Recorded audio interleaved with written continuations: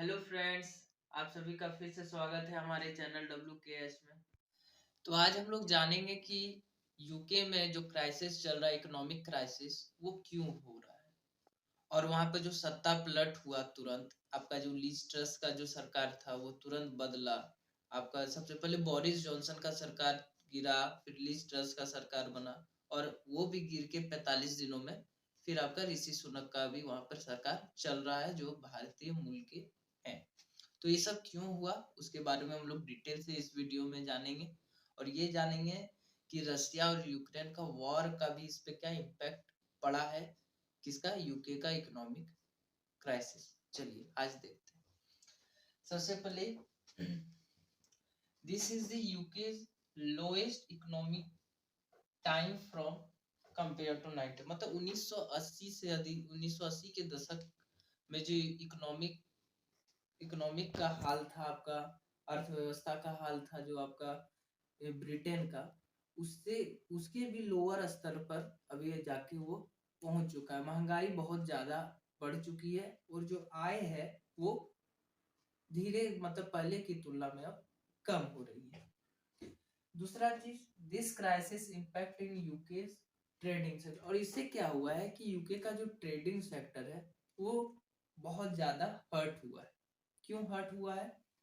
क्योंकि पहले जो आपका यूके का जो चलता है, आपको पता है कि जो बैन लगा दिया आपका यूरोपियन यूनियन रशिया पे, रशिया के गैस पे, ऑयल पे, पेट्रोलियम पे। तो उससे क्या होता है आपको पता होगा कि या नहीं पता है कि जो आपका जो तेल इधर से उधर जो जहाज लेके जाती है, बड़ी बड़ी जहाज है, वो किसकी रहती है? ब्रिटेन की या यूएसए की या फ्रांस की, मतलब आपका यूरोपियन साइड की। तो ये सब नहीं होने के कारण, ये आपका बैन लग जाने के कारण, सैंक्शन लग जाने के कारण आपका यूके का जो इकोनॉमिक का जो हालत है बहुत ही नीचे स्तर पे आ गया है। तो ट्रेडिंग सेक्टर में भी इनका बहुत ज्यादा नुकसान हो रहा है। फिर this the following things are responsible for the economic. देखिए क्या क्या जो है रिस्पॉन्सिबल कि इकोनॉमिक क्राइसिस क्यों आया। इसमें बहुत सारा रीजन हम लोग दे सकते हैं। सबसे पहला रीजन हम लोग दे सकते हैं जो हम लोग कोविड-19 जो हम लोग सब जानते ही। दूसरा चीज हम लोग दे सकते हैं कि रशिया यूक्रेन वॉर, ये तो है ही। और तीसरा चीज हम लोग दे सकते हैं जो ब्रेक्जिट हुआ था, ब्रिटेन का जो एग्जिट हुआ था किसे, यूरोपियन यूनियन से। ये तो बहुत ही ज्यादा चर्चित था जिसके कारण हमारे बोरिस जॉनसन वहां पर इलेक्शन जीत के आए। तो कंजर्वेटिव पार्टी से तो वो तो जीत कर आ गए, लेकिन उनका जो मेन फोकस जो था वो ये था कि हम लोग मतलब ये ब्रेक्जिट जो हुए हैं वो उनका एक मेन मकसद था जीतने का। वो जो इलेक्शन जीते किस दम पर जीते कि उन्होंने ब्रिटेन का एग्जिट करवा दिया यूरोपियन यूनियन से। लेकिन उनके अंडर जो सरकार चल रही थी उसमें ब्रिटेन का ज्यादा इकोनॉमिकल फायदा नहीं हो रहा था। तो इसके कारण क्या हुआ कि फिर से जो लीज ट्रस का सरकार बना, उसमें मात्र 45 दिन का जो सरकार चला, आप लोग को पता होगा। उसके बाद उनकी सरकार गिर गई। उसके बाद फिर से ऋषि सुनक जी की सरकार बनी और जो अभी है।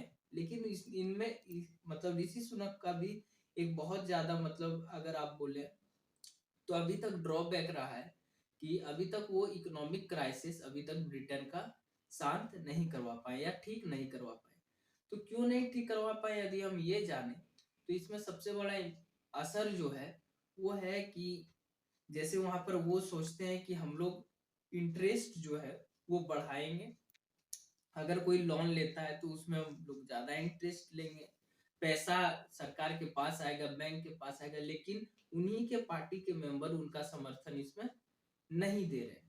तो वहां पर बहुत ज्यादा पॉलिटिकल क्राइसिस चल रहा है। तो पहला हो गया आपका कोविड-19, दूसरा हो गया पॉलिटिकल डिसबैलेंस और तीसरा आपका हो गया रशिया यूक्रेन वॉर। तो ये तीन चार मेजर थिंग्स हैं जिसके कारण आपका ब्रिटेन का जो इकोनॉमिकल क्राइसिस जो चला, इकोनॉमिक्स का क्राइसिस जो चला, इसके कारण। तीसरा चीज देख लेते हैं हम लोग आगे। दी GDP shrink with 2% and it continue shrink till 2040। 24 approx, मतलब जो इनका जीडीपी जो गिरा है वो 2% के दर से इसका इनका जीडीपी गिर गया, और अनुमानित है कि 2024 तक ये गिरता ही रहेगा, क्योंकि आपको पता होगा 2024 में इलेक्शन होगा, फिर से इलेक्शन में देखिए कौन जीतेंगे, ऋषि सुनक जीतेंगे या जो आपके सामने लेबर पार्टी वाले हैं वो जीतेंगे, कंजर्वेटिव पार्टी और दूसरे लेबर पार्टी। अब last is the GDP of UK is now low. हाँ, ये आपको पता होगा कि यूके की जो जीडीपी है अब इंडिया से कम है, मतलब इंडिया सरपास कर चुका है जीडीपी के मामले में आपका यूके को। इसकी इनकी अभी जीडीपी है लगभग 3.1 ट्रिलियन, लगभग 3.1 या 2 ट्रिलियन डॉलर के अप्रोक्स है, और इंडिया की जीडीपी अब हो चुकी है अभी लेटेस्ट न्यूज अभी देखे तो 3.3 ट्रिलियन डॉलर होगा, तो इंडिया की जीडीपी अभी ग्रो कर रही है। तो अभी आप ये देखें कि जो इकोनॉमिकल क्राइसिस जो आपका ब्रिटेन में चल रहा है, यूके में चल रहा है, सिर्फ यूके में नहीं चल रहा है, पूरे यूरोप में चल रहा है, लेकिन हमें सबसे ज्यादा इम्पैक्ट इसका देश में दिखने को मिल रहा है, वो आपका है यूनाइटेड किंगडम।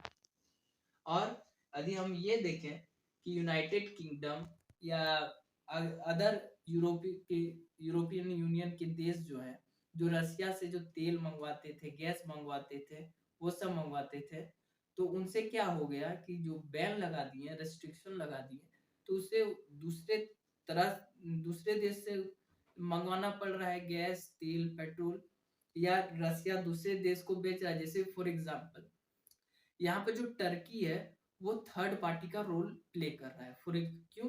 क्योंकि टर्की नाटो का मेंबर है, नेटो का मेंबर है, और इधर से वो रशिया का एक गुडविल फ्रेंड भी है।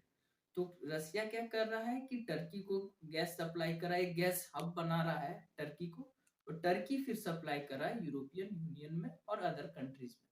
तो इससे क्या हो रहा है कि वही जो गैस एक लगभग आपका जाके 50 या 60 डॉलर में मिल रहा था पहले यूरोपियन यूनियन कंट्रीज को, वही अब गैस 10 या 50 डॉलर हाई में मिल रहा है, जिसके कारण वहां पर इन्फ्लेशन बहुत ज्यादा हुआ है। तो आज के वीडियो में हमने ये जाना कि एक यूके में ये क्राइसिस क्यों आया, यूके में ही नहीं मतलब पूरा यूरोपियन यूनियन में ये क्राइसिस क्यों आया, और यदि आप ये और ज्यादा डिटेल में जानना चाहते हैं कि रशिया और यूक्रेन के वार का इस विश्व पे क्या असर पड़ा है, तो इसके लिए मैं एक नया वीडियो बनाऊंगा। आज मैं इसके बस यहाँ तक मैं आज रहने देता हूँ, क्योंकि वीडियो लंबा हो जाएगा। तो आज हम लोग ने जाना कि यूके में इकोनॉमिक क्राइसिस क्यों आया। तो अगर आपको ये वीडियो पसंद आया हो तो वीडियो को लाइक, चैनल को सब्सक्राइब तथा बेल आइकन को दबाना ना भूलें। धन्यवाद।